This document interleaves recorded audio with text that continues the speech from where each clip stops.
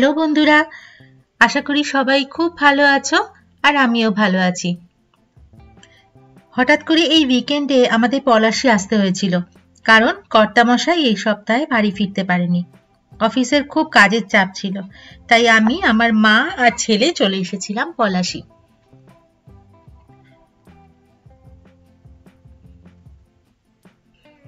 শনিবার হঠাৎ করেও প্ল্যান করলো যে সকাল সকাল আমরা মুর্শিদাবাদ যাব। যেমন ভাবা তেমন কাজ, চটপট করে একটু হালকা লাঞ্চ খেয়ে আমরা বেরিয়ে পড়লাম মুর্শিদাবাদের উদ্দেশ্যে। হালকা হালকা রোদ উঠেছে, বেশ ভালো লাগছে রাস্তাটা দিয়ে যেতে। ওই যে দূরে দেখতে পাচ্ছ, একটা ডিজনিল্যান্ডের মতন দেখা যাচ্ছে, এটা হচ্ছে মাউন্ট লিটরা জি স্কুল। একজন বিখ্যাত গায়ক অরিজিৎ সিং, তার ছেলেও এখানে পড়ে। তাই অরিজিৎ সিং এই মাঝে মাঝে এই গেটের কাছে ওনাকেও দেখা যায়, ছেলেকে নিতে আসে।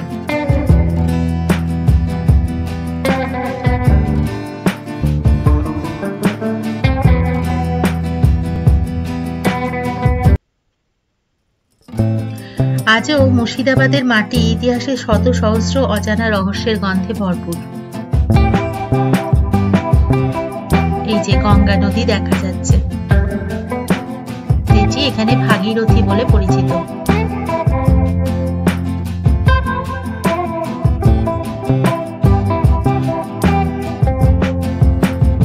ইতিহাসের আসল ছোঁয়া পেতে কিন্তু মুর্শিদাবাদের জুড়ি মেলা ভার। এটা হচ্ছে দক্ষিণ দরজা। আমরা ঢুকে গেছি মুর্শিদাবাদের মধ্যে। দক্ষিণ দরজা দিয়ে আমরা ঢুকে এবার যাচ্ছি গাড়ি পার্কিং এর দিকে। এখানে অনেকগুলোই পার্কিং প্লেস আছে, তবে আজকে ভীষণ ভিড় হয়েছে বলে পার্কিং পাওয়াই যাচ্ছিল না। একদম দক্ষিণ দরজা দিয়ে ঢুকেই ডান হাতে যে পার্কিং প্লেসটা, ওইখানে আমরা জায়গা পেলাম।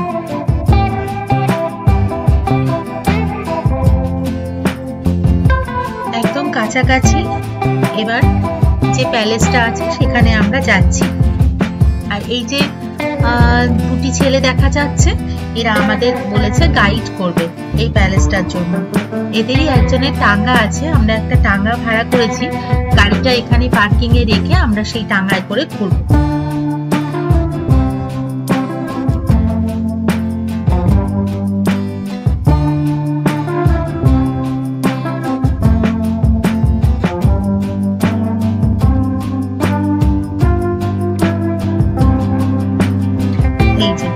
এই প্যালেসটি, প্রথমে আমরা এসেছি নবাব ওয়াজিদ আলী শাহের মহলে। এটি হচ্ছে ওয়াজিদ আলী শাহের মহল। নবাব ওয়াজিদ আলী ছিলেন আওয়াধের একাদশতম এবং শেষ নবাব। 9 বছর ধরে তিনি রাজত্ব করেছিলেন।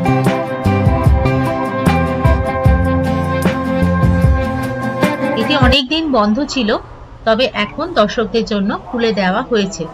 খুবই রিসেন্ট হয়েছে, ওই জন্য এখনো অতটা বিধিনিষেধ নেই।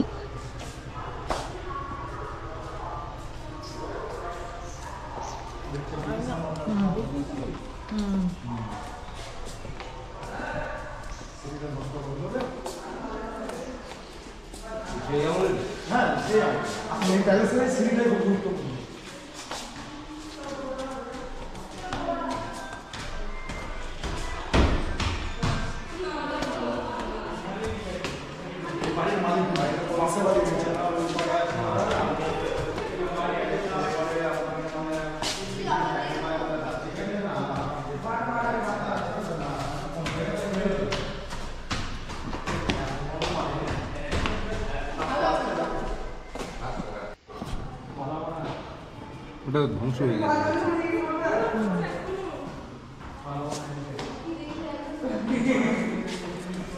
তবে এই তলায় আসার পরে একজন বললেন ক্যামেরাটি বন্ধ করে দিতে। তবে আপনাদের দেখানোর জন্য আমি ক্যামেরাটা বন্ধ করিনি, তাই কিছু কিছু ছবি এর মধ্যে পাওয়া গেছে।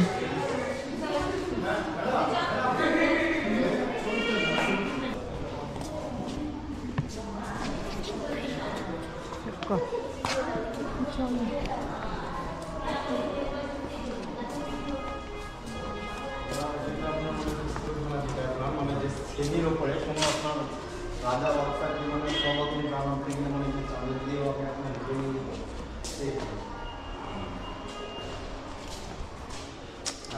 সামনে সবচেয়ে ভালো লাগে মানে গঙ্গার এগুলো কি রান্নাটা নাড়িয়ে ও এগুলো সব রান্নার নাকি? এগুলো বোধহয় রান্না। হ্যাঁ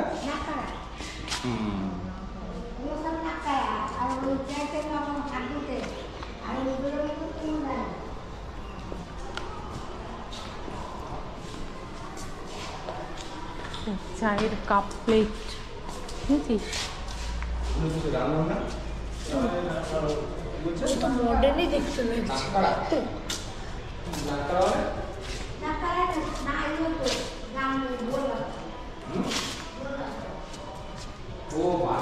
ও নাকাড়া নাকাড়া নাকাড়া ওই যে দমদম করে বাজায়।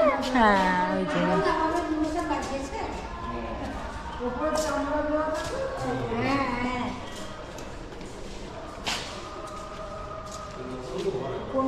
আপনি কি এখানে দেখাশোনা করেন?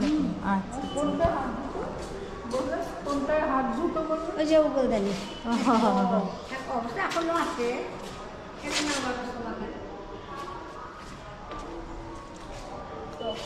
চলো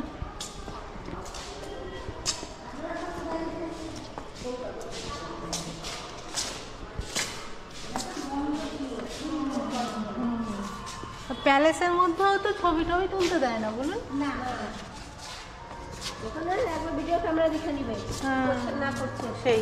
যদিও প্যালেসটার কোথাওই লেখা ছিল না যে ছবি তোলা নিষেধ, তবুও ওনারা বলেছিলেন একবার। তো যাই হোক, মোটামুটি ওনারাও বুঝতে পেরেছেন যে আমি ছবি তুলছি, তো সেরকম কিছু বাধা আমাকে দেননি, তাই তোমাদের একটু দেখাতে পারলাম। কলকাতায় আজ যে আমরা অবধি রেস্তোরাঁগুলোয় যাই না, যে অবধি খাবার খেতে ভালোবাসি, যেমন অবধি হান্ডি বিরিয়ানি, অবধি মুগলাই মাটন, এগুলো আমরা খুব ভালোবাসি। এই যে অবধি কালচার আর অবধি বিরিয়ানি, এর প্রতিষ্ঠাতাই কিন্তু হলেন এই নবাব ওয়াজিদ আলী। এটা হয়তো আমরা অনেকেই জানি না যে কলকাতায় কিভাবে এই বিরিয়ানি, অবধি বিরিয়ানি বা অবধি কালচারে চল হলো। এর স্রষ্টা হচ্ছেন এই ওয়াজিদ আলী শাহ।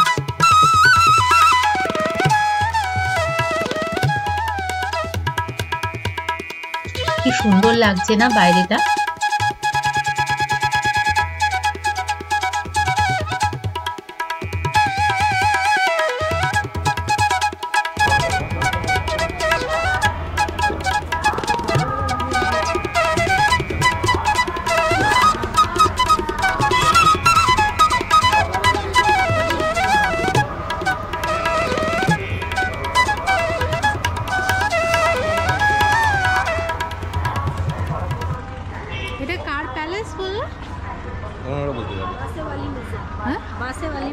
ওয়াসেওয়ালি মির্জা প্যালেস।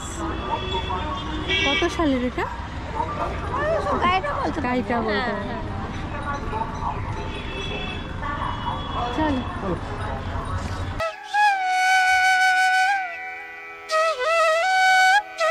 মুর্শিদাবাদ জায়গাটি ব্রিটিশদের আবির্ভাবের আগে ছিল বাংলার রাজধানী।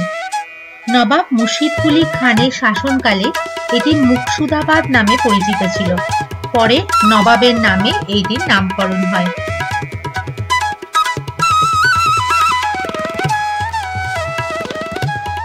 জায়গাটি এখনো নবাবদের মহল, বাগান, সমাধিস্থল এরকম আরো অনেক কিছু নিয়ে সমৃদ্ধ।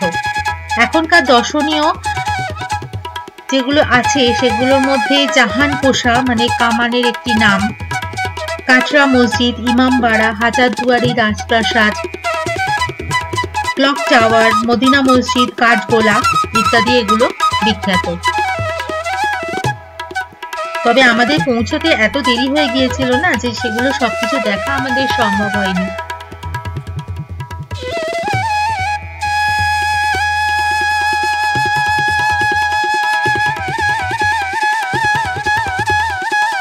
এই যে টাঙ্গায় করে আমরা এখন যাচ্ছি হাজারদুয়ারির উদ্দেশ্যে।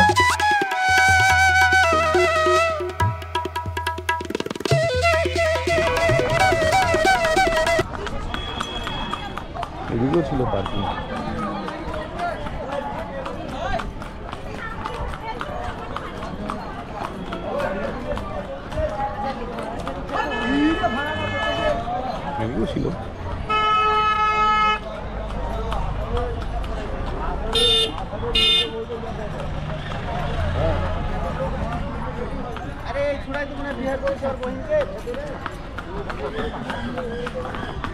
আমরা একবার চেপেছিলাম না ঘোড়ার গাড়িতে, একবার সেই চেপেছিলাম না।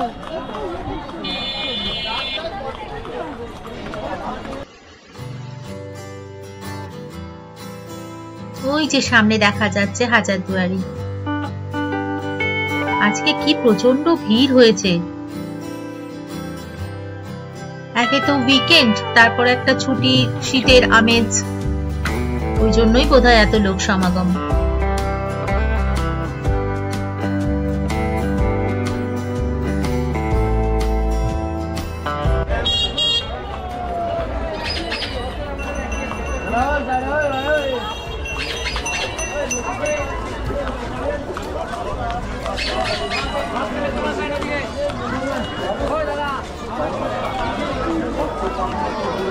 প্রচন্ড ভিড় তো।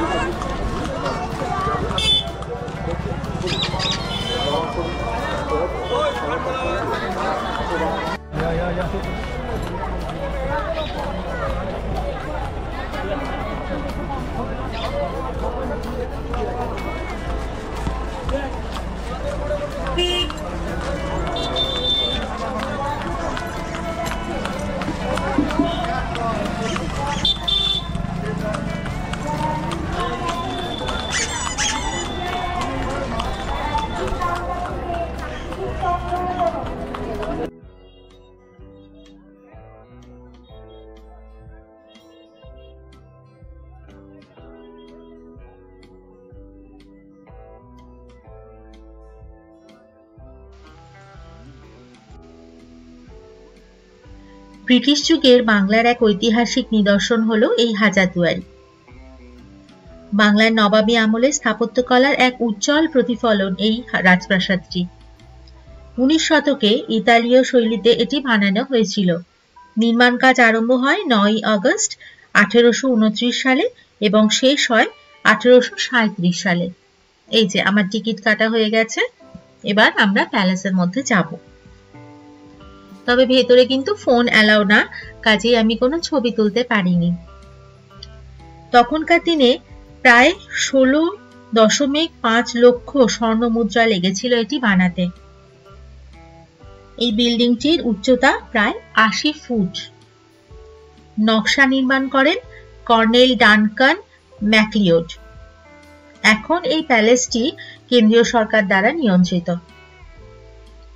প্যালেসের পাশ দিয়ে ভাগীরথী নদী বয়ে গেছে। এই প্রাসাদটি বহু দরজা বিশিষ্ট বলে একে হাজারদুয়ারি বলা হয়। বাইরে ও ভেতর থেকে হাজারদুয়ারিতে অনেক দরজা দেখা গেলেও এর মধ্যে অনেক দরজায় কিন্তু আদপে নকল, অথচ দূর থেকে পুরোপুরি আসল বলে মনে হয়। অনেকে ভাবেন এই প্রাসাদ নবাব সিরাজউদ্দৌলার তৈরি, তবে এই ধারণা কিন্তু সম্পূর্ণ ভুল। সিরাজের প্রাসাদের নাম ছিল হীরাঝিল প্রাসাদ, তা এখন ভাগীরথী নদীতে তলিয়ে গেছে। দুর্বল কাঠামোর জন্য দর্শকদের কিন্তু 3 তলায় উঠতে দেওয়া হয় না। আরেকটা খুব ইম্পর্টেন্ট ইনফরমেশন সেটা হচ্ছে হাজারদুয়ারি প্রাসাদটি বন্ধ থাকে শুক্রবারে, কাজেই শুক্রবারে কিন্তু কেউ এটি দেখতে এসো না। ওই যে সামনে দেখা যাচ্ছে ইমামবাড়া, এটা সব সময় খোলা থাকে না। জুন জুলাই মাসে, এখানকার সূত্র বলল জুন জুলাই মাসে ওটা খোলা হয়। সামনের বাগানটা কি সুন্দর।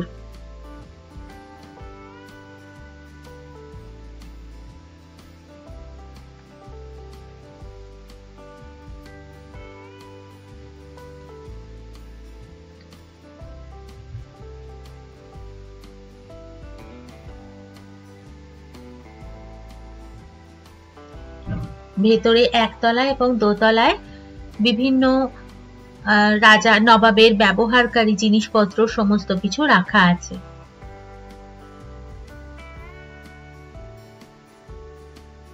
এই যে আমরা গেটের কাছে চলে এসেছি।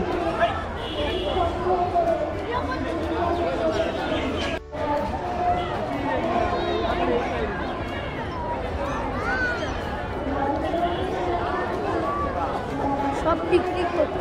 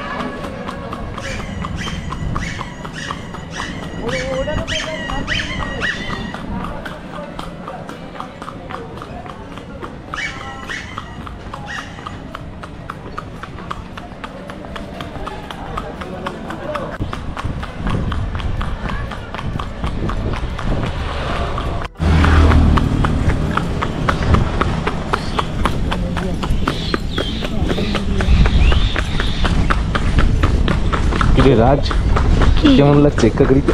ভালো লাগছে। ভালো লাগছে?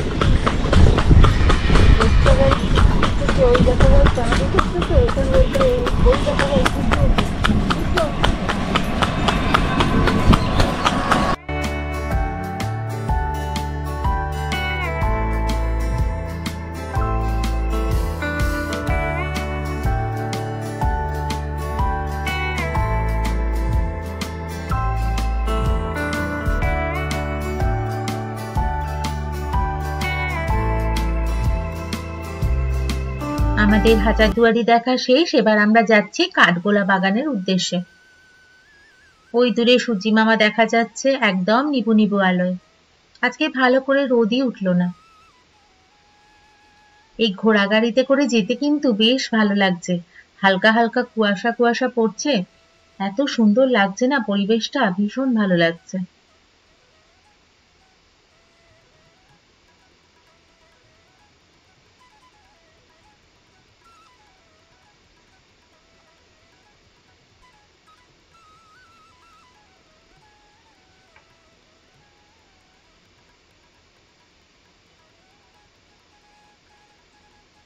এই যে আমরা চলে এসেছি কাঠগোলা বাগানে।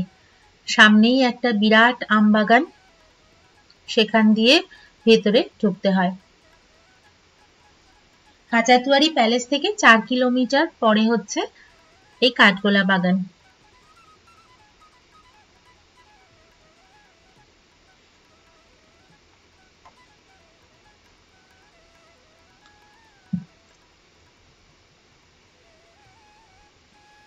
কি সুন্দর না আমবাগানটা। এই কাঠগোলা প্যালেসটি দুগার পরিবারের অন্তর্গত একটি ঐতিহাসিক ভবন। জায়গাটিতে আগে কাঠগোলাপ বাগান বলা হতো। 19 দশকের গোড়ার দিকে মুর্শিদাবাদ ধন সম্পত্তির জন্য অনেক মারোয়ারি জৈন এখানে বসতি স্থাপন করেছিল। কালক্রমে তারা প্রচুর সম্পদ অর্জন করেছিল এবং অনেক জৈন মন্দিরও এখানে তৈরি করেছিল। প্রধান পরিবারগুলি ছিল এই দুগার, দুধরিয়া, নাহার, কোছারি এবং নওলাখা। যদিও তাদের অনেকেই কলকাতায় তাদের ঘাঁটি স্থানান্তরিত করে যখন ব্রিটিশদের বারবারন্ত অবস্থা ছিল, তবে তাদের নির্মিত প্রাসাদ ভবন এবং মন্দিরগুলো এখনো সেখানে আছে। এই যে এটা দেখছো, এটা একটা সুড়ঙ্গ পথ।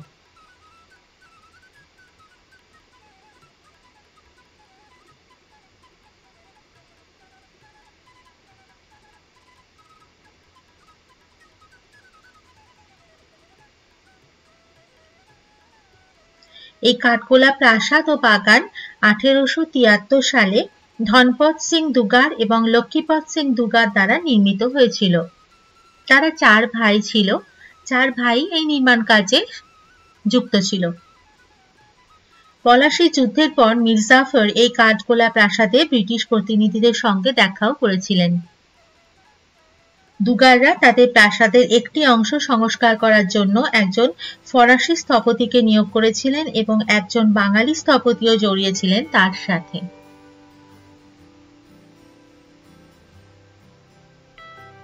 এখানে আছে বেশ কিছু জৈন এবং হিন্দু মন্দির।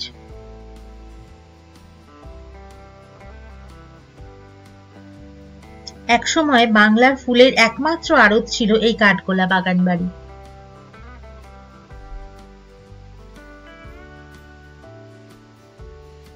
এই সামনে আছে একটি ঝিল।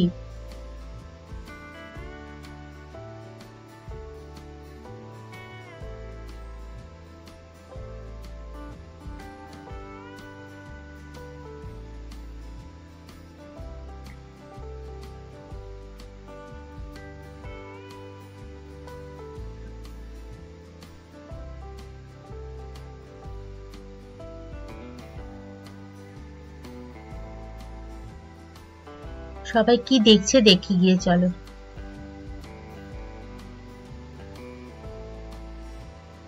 ও বাবা, কি বড় বড় মাছ! এত স্বচ্ছ ঝিলের জলটা, একদম ওপর থেকে স্পষ্টভাবে মাছগুলো দেখা যাচ্ছে। দেখো,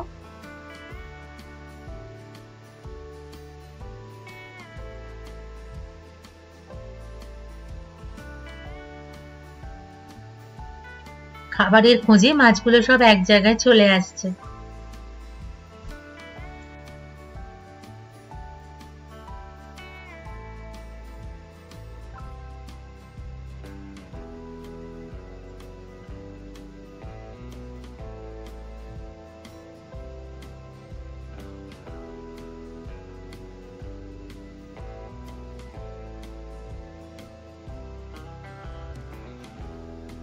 সত্যি তখনকার দিনে কি সুন্দর সুন্দর স্থাপত্য তৈরি করা হতো না?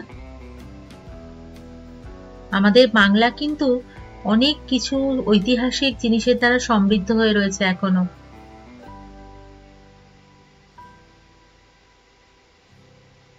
ওই যে সামনে দুটো পালকি, বসার জায়গাটা কি সুন্দর না?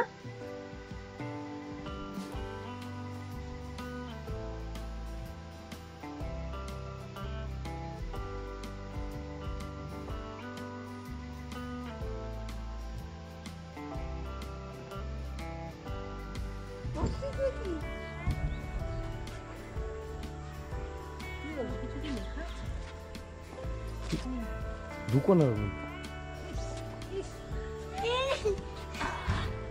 হঠাৎ করে এই শখ হলো কেন? দেখি সর।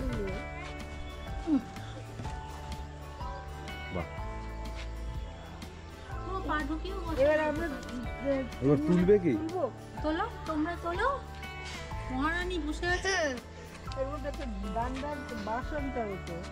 দুটো বাঁশ ঢুকিয়ে তুলতে হবে। তাই তোলো, মহারানী বসেছে, তোমরা এরকম করলে হবে?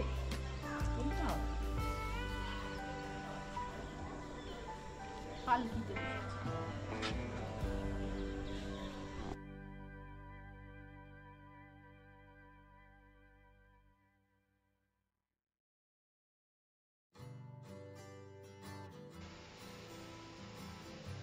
এখানে অনেকগুলো জৈন এবং বৌদ্ধ মন্দির কিন্তু আছে।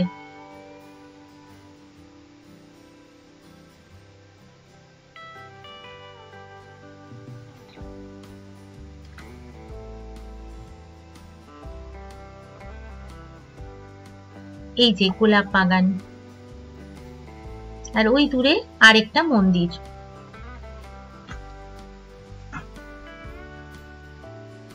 এখন যেহেতু শীতকাল, গাছের সংখ্যা অনেকটা কম, তাও যে কটা গোলাপ গাছ দেখা যাচ্ছে তাতে কি বড় বড় ফুল হয়েছে। কি বড় বড় গোলাপ!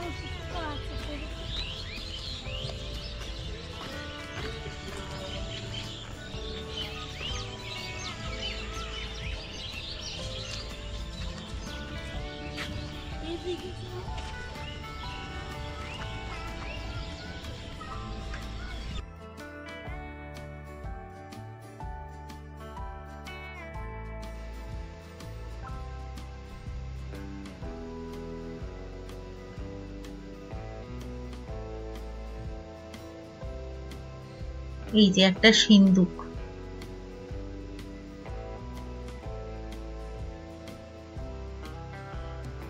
কি রং বেরঙের ফুল চারিদিকে, এত সুন্দর লাগছে না, পাখির কিচিমিচি আর ফুল, এই সৌন্দর্য ভাষায় প্রকাশ করা যায় না।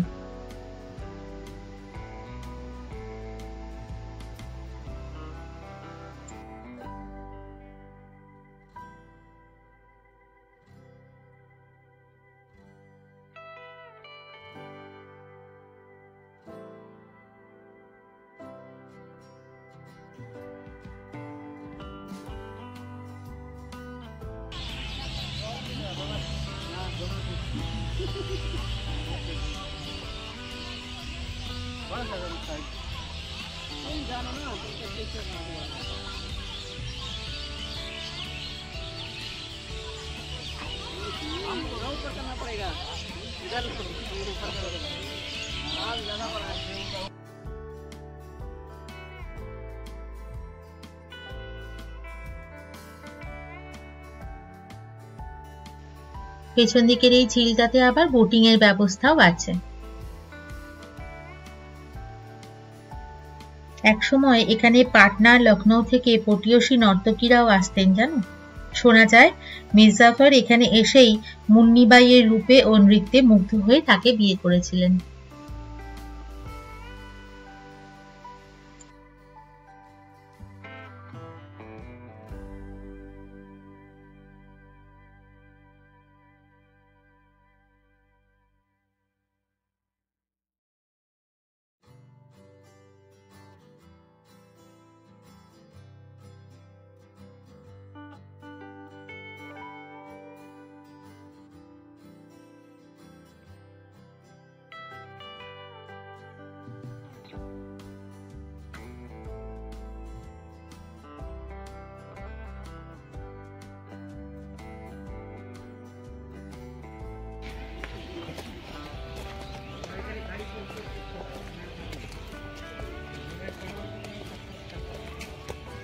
গোপ্রো নিঃশ্বাস ত্যাগ করবে, এবারে আমার এইটাই ভালো।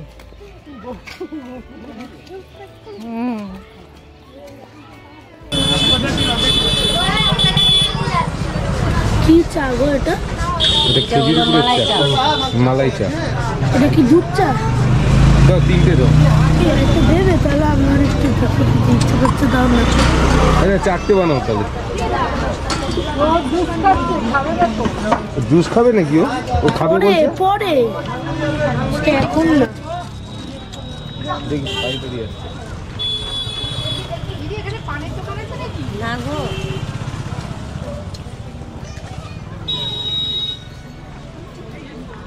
চা তো ভালো লাগছে।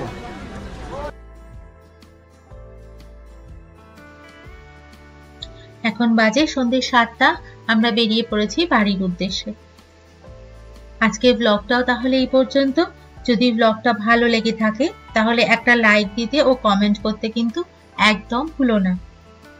আর যারা এই চ্যানেলটা পছন্দ করছো তারা অবশ্যই সাবস্ক্রাইব করে পাশের বেল বাটনটা প্রেস করে দিও আর আমার পাশে থেকো। তাহলে আজকে এই পর্যন্তই, দেখা হবে খুব শিগগিরই আরেকটা নতুন ব্লগের সাথে। ততক্ষণের জন্য টাটা।